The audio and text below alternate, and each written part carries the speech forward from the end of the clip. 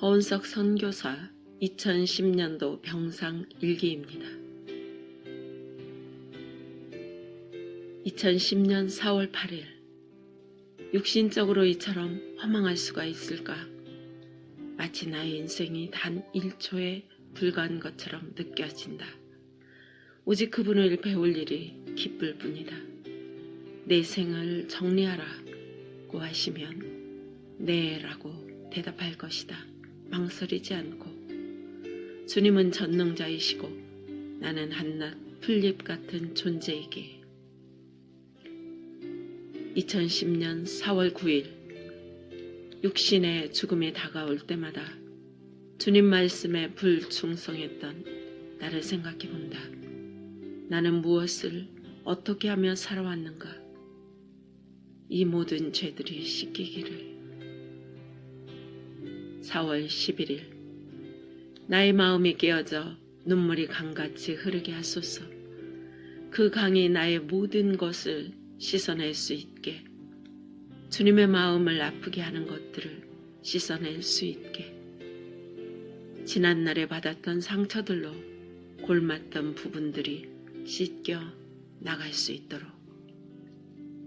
4월 16일 항암 치료를 오후 4시 30분에 시작했다.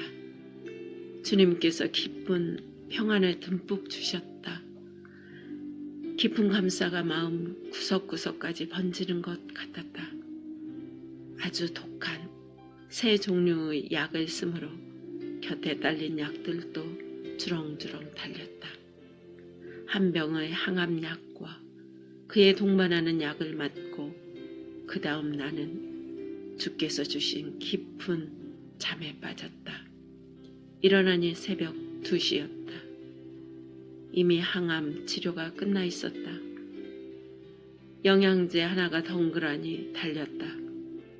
참으로 나는 꿈을 꾼 것처럼 평안했고 주님의 손길에 감격하여 말을 잇지 못했다. 베갯닛은 다 젖었고 침대의 시트도 흠뻑 젖었다. 나를 위해 기도해준 기도의 용사들이 하나 둘 떠올랐다. 할렐루야. 집으로 돌아왔다. 지난번엔 오자마자 구토를 했지만 오늘은 조금 어지러울 뿐 지금까지 아무 일 없다. 나를 사랑하시는 예수님과 나를 사랑하는 형제 자매들에게 깊은 감사를 올린다. 5월 10일 집이 단장되고 새 가구들이 들어왔다. 내 마음도 이렇게 새롭게 되어 주님의 지혜로움으로 방들이 채워지기를. 신방을 차린 것처럼 설렌다. 2010년 5월 11일 병원에 안 갔다. 욥기서를 읽고 있다. 음식은 땅으로부터 나오나 그 밑은 불처럼 변하였도다. 그 돌에는 청옥이 있고 사금도 있으며 하나님이 지정하시는 때에 어린아이와 힘센 자들에게 양분을 공급하기 위해 기름졌던 땅이 오랫동안 불모의 땅이 되어야 한다. 단 하나의 생명체도 없이 불에 의해 소멸되어야만 한다. 그 땅은 바로 나 자신이다. 나의 덕도 주님 주셨던 은사들도 명예로움도 나의 공로도 불의 심판으로 소멸되어야만 나의 재료가 어디에 속해 있는지 확인될 것이 아닌가. 오직 그리스도만이 내게 남으시도록 한 개의 생명체도 남김없이 진멸되고 전멸당해야만 한다. 그 땅, 바로 내가 완전한 멸망에 이르러 남은 것이 없을 때 어둠과 죽음의 돌들이 사파이어로 변한다. 할렐루야. 주님의 지혜의 비밀이여. 6월 8일 진통이 부쩍 심해졌다. 주님의 손발이 못 박혔을 때의 고통이 이 정도일까? 오늘도 나는 그 비틀린 주님의 손가락, 발가락을 떠올린다. 벌레처럼 찢기는 진통에 나도 오그라진다. 그래도 주님을 부르짖으니 기도 안에 그분의 임재가 느껴진다. 진통제로 고통을 다스려 잠깐 무통 가운데 있을 때는 나도 모르게 다 나은 것처럼 착각하여 어느새 주님을 멀리하고 내 자아가 한껏 들떠있는 모습을 목격하게 된다. 그렇다고 견딜 만큼의 고통을 계속 달라고 간구하는 기도는 나오지 않는다. 나에게는 그럴 용기가 없다.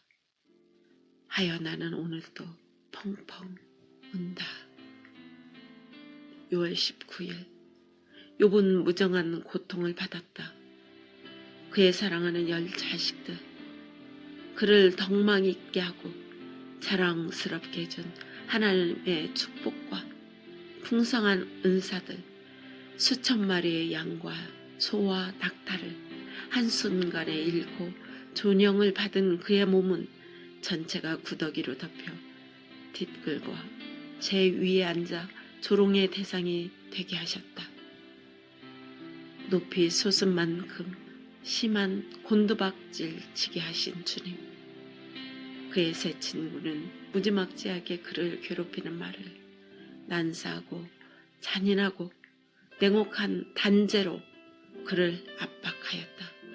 하나님과 사람들, 그들에게 외면과 거부와 버림을 받은 그의 모습에서 십자가에 달린 예수님을 보게 된다. 어찌하여 나를 버리셨나이까? 라는 주님의 아픈 음성을 듣는다. 욥에게 남은 것은 수욕과 정죄와 부끄러움과 쓰레기처럼 버려진 자신의 모습뿐. 그 모습은 흡사 갈보리 언덕에서 능욕을 당하며 버림을 당한 예수님의 모습과 같다. 고통은 불이 되어 나의 모든 것을 태운다. 내 속의 모든 것을 들어 처단하시고 소멸시키신다. 주님께 받았던 은혜와 은사, 능력 안에 꽈리처럼 틀고 앉아있는 내 자아가 분리되어 진멸할 때까지, 오로지 주님만 남을 때까지 고통에 허우적거리는 내 영혼은 주님께로 가는 속도를 높이고 있다. 나는 주님을 사랑한다. 그 어느 것도 나를 주님의 사랑에서 끊을 수가 없다. 6월 22일 폐에 물이 가득하여 엑스레이 상에는 왼쪽 폐가 안 보였다. 그리고 오른쪽 폐에 다시 암이 생겼다. 나는 말기암 환자가 되었다. 6개월에서 1년 정도밖에 안 남았다고 한다. 다시 항암 치료를 시작했다. 그렇지 않으면 늑막에 물이 계속 고여 배에 호스를 박아 물을 빼야 한다는 말에 겁을 먹었기 때문이다. 주님 앞에 갈라를 받았다면 오죽 좋을까마는 주님은 아직 내 생명을 놓으실 의사가 없으신 것 같다. 내가 고통 가운데 있어도 예정하신 일은 하시겠다는 단호한 주님의 계획에 나도 두 손 두 발을 다 들었다. 그래도 주님의 사랑을 나는 느낄 수 있다. 내가 가는 길이 좁고 협착하며 다니는 이 없이 잡초만 무성할지라도 나는 주님을 사랑한다. 그리고 그 사랑을 전하고 또 전할 것이다. 6월 25일 달진과 구토로 나는 병원에 실려갔다. 계속해서 주님께 구했다. 빨리 데려가 달라고. 그리고 주님과 실컷 싸웠다. 아빠 밉다고. 6월 27일. 마귀야, 너는 더 이상 나를 고소할 수 없다. 넌 날 정죄할 수 없다. 이미 깨진 권세자여, 초라한 자여, 너는 2000년 전에 이미 주님께 진 자여, 더 이상 택한 자들을 참소할 권리와 이유가 너에겐 없다. 너는 그 아무의 죄도 주장할 수 없다. 너의 속임수는 다 끝났다. 이전의 모든 것은 너의 속임수였을 뿐이다. 내가 이미 주님의 이기신 생명 안에 있음을 너는 안다. 주님은 오늘 나를 믿음으로 다시 서게 하신다. 오직 믿음이 이긴다. 6월 28일. 암이 다시 재발하여 내가 병상에 있다는 것을 세상에 알리는 것이 무엇이 그리 대단했겠는가. 사랑하는 형제 자매에게 암이 재발되었다는 소식을 알렸다. 대부분이 감당할 수 없는 놀람과 슬픔에 빠졌다. 그들은 주님의 뜻을 이해할 수가 없다고 했다. 선교사님을 지킬 수도 있으셨을 텐데 라는 아쉬움과 아픔이 섞여 있었다.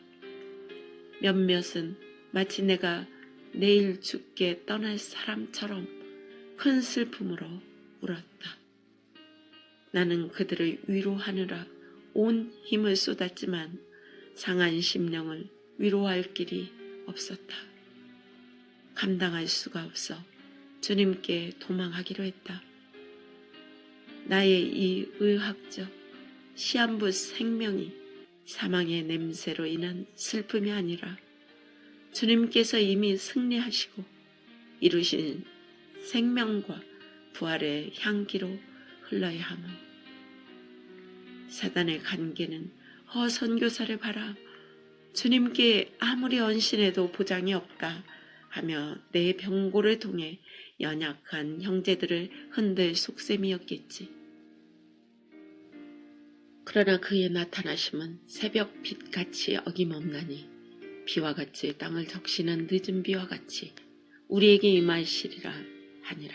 호세아 6장 3절 말씀처럼 또 다른 주님을 보여 주실 것이라는 설레임으로 그들에게 위로를 가져다 주시기를 기다린다. 다시금 아프고도 어두운 사망의 터널을 오직 믿음에 의해 통과해야 하는 숙제가 있음을 알았다. 나의 사랑하고 사랑하는 예수 그리스도, 나도 할 수만 있으시다면 이 잔을 옮겨주셨으면 합니다 하고 기도한다. 하지만 나를 통해 나타내고자 하시는 주님의 그 어떤 사랑의 뜻을 좌절시켜 사단이 미소 짓게 할 수는 없겠지. 주여, 내 원대로 마소서 라는 기도를 올린다. 저에게 자비가 조금 남아 있으시면 하루속히 이 고통에서 제 목숨을 끊으시옵소서. 주님은 말씀하신다. 내 딸아, 이 길밖에 없구나. 이 길밖에 없구나. 나는 외친다. 아빠, 너무 미워.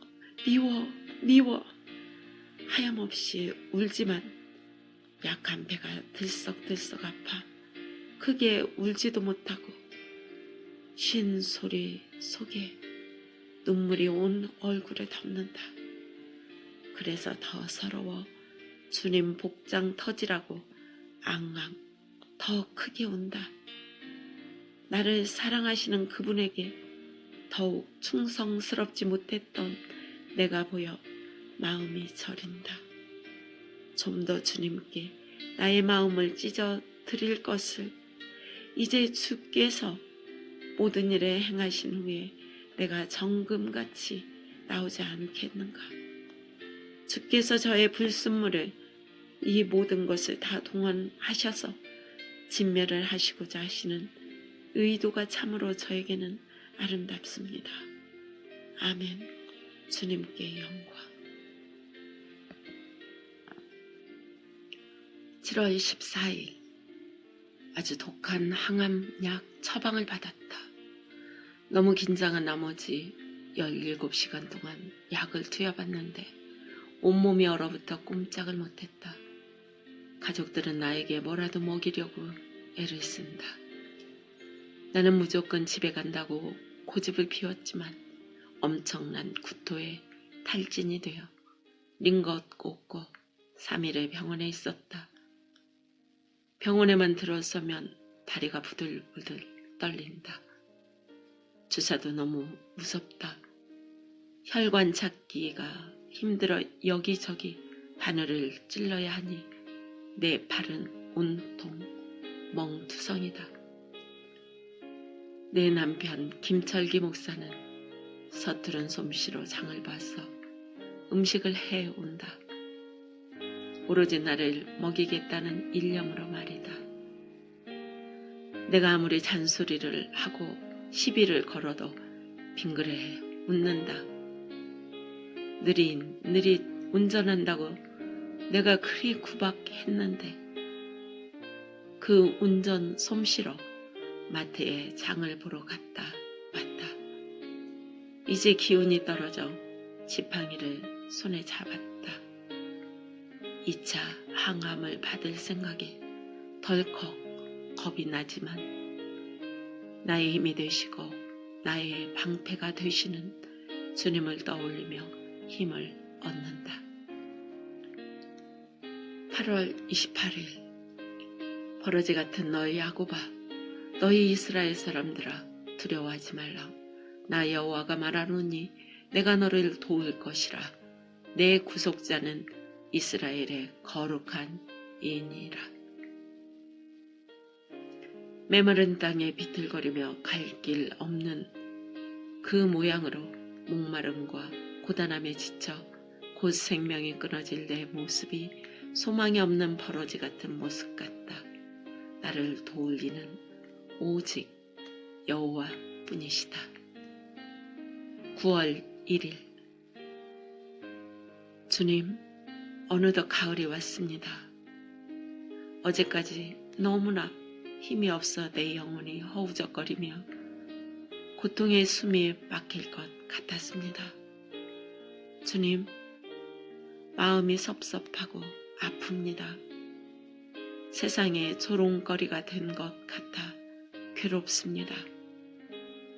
왜 저를 이렇게 던져 놓으시는 건지 알 길이 없습니다.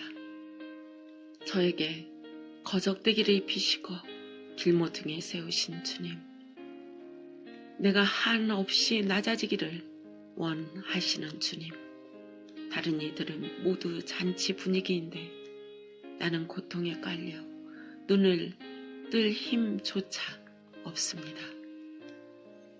나는 세상 사람들 눈에는 주께 긍휼을 받지 못하는 자일 뿐입니다. 그러나 다른 것은 몰라도 주님의 숨은 사랑은 잊지 않겠습니다. 9월 13일 표적 치료를 시작했다. 그것도 결혼 30주년 기념일에 말이다. 5년 동안 항암 치료를 해야 한다는 소식에 마음이 무너져 내렸다. 주님, 도대체 무슨 생각을 하시는 건가요? 10월 11일 브라질로 떠난 남편 김철기 선교사로부터 이메일이 왔다. 그동안 사람들로 인해 받은 상처를 떨쳐버리고 그들을 용서하라는 이야기였다. 모든 것을 주님께 가지고 나가 풀라고 한다. 갑자기 눈시울이 붉어졌다. 밥맛도 없다. 용서하는 마음이 그리 쉽게 먹어지지 않는다. 11월 7일 며칠 동안 늑막에 찬 물을 빼기 위해 튜브를 배에 넣었다 뺐다 하는 고통을 당하니 정신을 못 차리겠다. 주님, 이 종은 그만 쉬게 해주세요. 라고 말하고 싶었다. 육체의 통증에서 자유할 수 있는 인간이 있을까? 11월 29일 늑막 안의 물을 빼려고 튜브를 박은 지 20일이 넘었다. 아직 엑스레이 상으로는 물이 고여 있는 것이 보인다 한다. 언제쯤 이 고통이 끝날 것인가? 12월 2일 튜브를 통해 탁한 색깔의 물이 나오고 있다. 유황 가스 냄새가 풍기기까지 하니 덜컥 겁이 난다. 의사의 진료를 받아보니 몸에 다른 이상은 없다고 한다. 어떤 사람은 이런 상황을 겪은 후 대장암이 사라졌다는 이야기도 들었다. 정말 신기하게도 물이 어느 정도 빠지자 가슴 통증이 사라졌다. 진통제를 맞지 않아도 버틸만 했다. 정말 이 고약한 물이 다 빠져나오기를 주님께 기도한다. 12월 8일 병원에 입원하다. 항생제를 투여하다. 남편이 아마존에서 신학교 방학을 마치고 돌아왔다. 오자마자 병원 입원실에서 자는 모습을 보니 마음이 아프다. 딸이 자기가 엄마를 돌볼 테니 들어가시라 해도 싫다며 내 수발을 든다.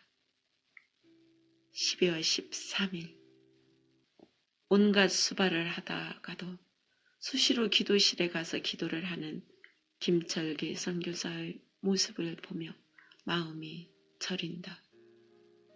무척 피곤할 텐데 어떡하든 나를 먹이려고 온갖 애를 쓴다. 다른 곳에 튜브를 넣다. 맑은 물이 나왔다. 12월 15일 거의 2달 동안 제대로 먹지를 못했다.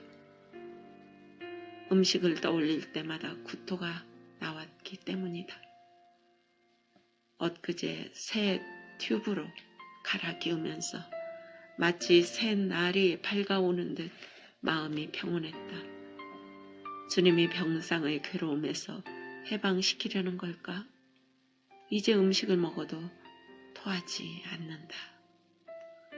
내 주님의 손을 붙잡고 새로운 문을 열고 인도하시는 곳으로 향해 나가는 듯 했다. 혼자 주님께 묻는 시간을 가졌다. 아마존의 우리 형제들, 조아킹의 게으름, 사라이바 조세의 신앙 성장, 특히 네오스 목사의 교회 운영에 대해 지혜를 달라고 기도했다.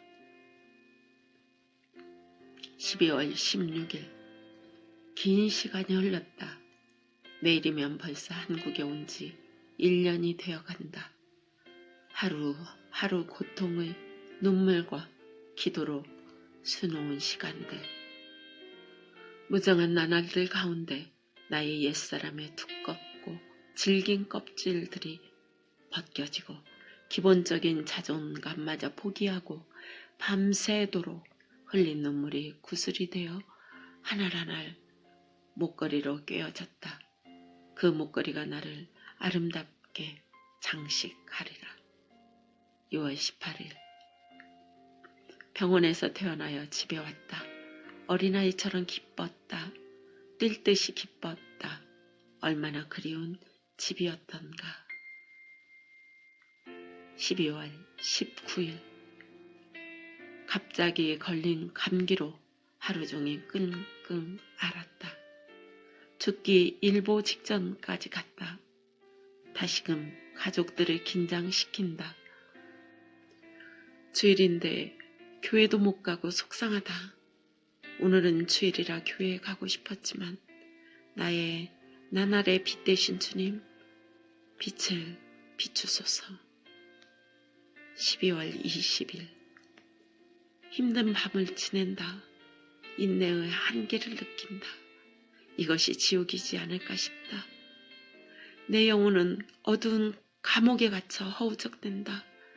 주님을 부르고 또 부르고 주기도문을 외우며 주님을 찾았으나 갇힌 듯한 나의 영혼은 숨을 쉬지 못하는 것 같았다. 그럼에도 불구하고 악으로 뻗어나가지 않는 나의 영혼을 보며 주님께서 간수하고 계심을 느낀다. 12월 21일. 감기가 조금 나아졌다. 동네 병원에서 링거를 맞고 돌아오는데 늑막에 박힌 튜브 때문에 힘이 든다. 밥맛은 잃은 지 오래이고 자꾸만 반복되는 구역질 때문에 제 정신이 아니다. 그러니 걸을 기운조차 없다. 토하지 않으려고 애써 음식을 먹어보려고 죽기 살기로 노력하고 있다. 이 모습을 주님이 기뻐하시겠지? 나의 노력을 가상히 여기시겠지? 오늘도 내 곁에서 한시도 떠나지 않는 가족들에게 미안하다. 12월 23일. 늑막에 박힌 튜브를 드디어 뺐다. 튜브가 박힌 채로 지낸 2달여의 시간은 다시는 떠올리고 싶지 않다. 지금 이 시간이 마치 꿈을 꾸는 듯하다. 이렇게 춥고 아프고 시린 겨울이 지나가는 것인가? 날짜 미상. 하나님처럼 되기 위해 떠난 아담과 하와. 하나님으로부터 독립하여 자기 힘으로 왕이 되려 했던 그들. 아담과 하와가 지은 죄의 뿌리가 우리 안에 있다. 근본적인 회개는 여기에서 출발해야 한다. 이 세상적이고 정욕적이고 마귀적인 성품을 하나님을 떠나서 제일 먼저 온 것이 두려움이다. 우리의 모든 행동의 근거는 두려움이다. 남을 의식하여 하는 행동들 모두 두려움에서 비롯된다. 하나님께 충성한다고 말하지만 사실 속으로는 사람들의 눈이 두려워서이다. 선교사로 사는 나 역시 그렇다. 왜 그렇게 작은 집에서 오래 살았을까? 하나님께 충성하기 위해서라고 말하겠지. 그러나 사실은 사람들이 두려워서일지 모른다. 선교사가 어떻게 사느니 저렇게 사느니 정죄받는 일이 두려워서였는지 모른다. 차라리 가난하게 사는 것이 속 편했던 것이다. 내가 큰 집에 살았다간 후원에도 지장이 생길 수도 있고 무의식이었을까? 우리 마음에 믿음이 없으니 이렇게 늘 가리고 산다. 구원이라는 것, 거듭남은 이 원죄에서 해방되는 것이다. 하나님을 하나님 되게 하는 것은 사실 두려움에서 해방되는 것이다. 구원이라는 것, 성령의 열매가 있고 사랑이 있다는 것이다.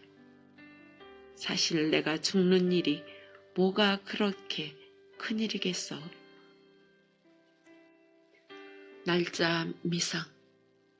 꿈에도 생각할 수 없는 죄들을 저지르고도 모른 척하다가 학교가 뒤집어질 지경이 되면 그제야 그 끔찍한 짐이 우리에게 넘겨진다. 그만 할 말을 잃어버린다. 폭탄에 맞아 온 마음과 몸이 초토화가 되는 것 같다. 수만 번 울면서 물었던 말을 되뇌인다. 주님, 얼마나 많은 이들이 인디오는 소망이 없다고 우리를 비웃었습니까? 그들은 누구입니까? 하나님의 자녀가 맞습니까? 오늘은 주님 앞에서 울었다. 그런즉 내가 내 입을 금하지 아니하고 내 영혼을 아픔 때문에 말하며 내 마음의 괴로움 때문에 불평하리이다. 내가 바다니까 바다 괴물이니까 주께서 어찌하여 나를 지키시나이까. 주님, 내가 바다 괴물이니까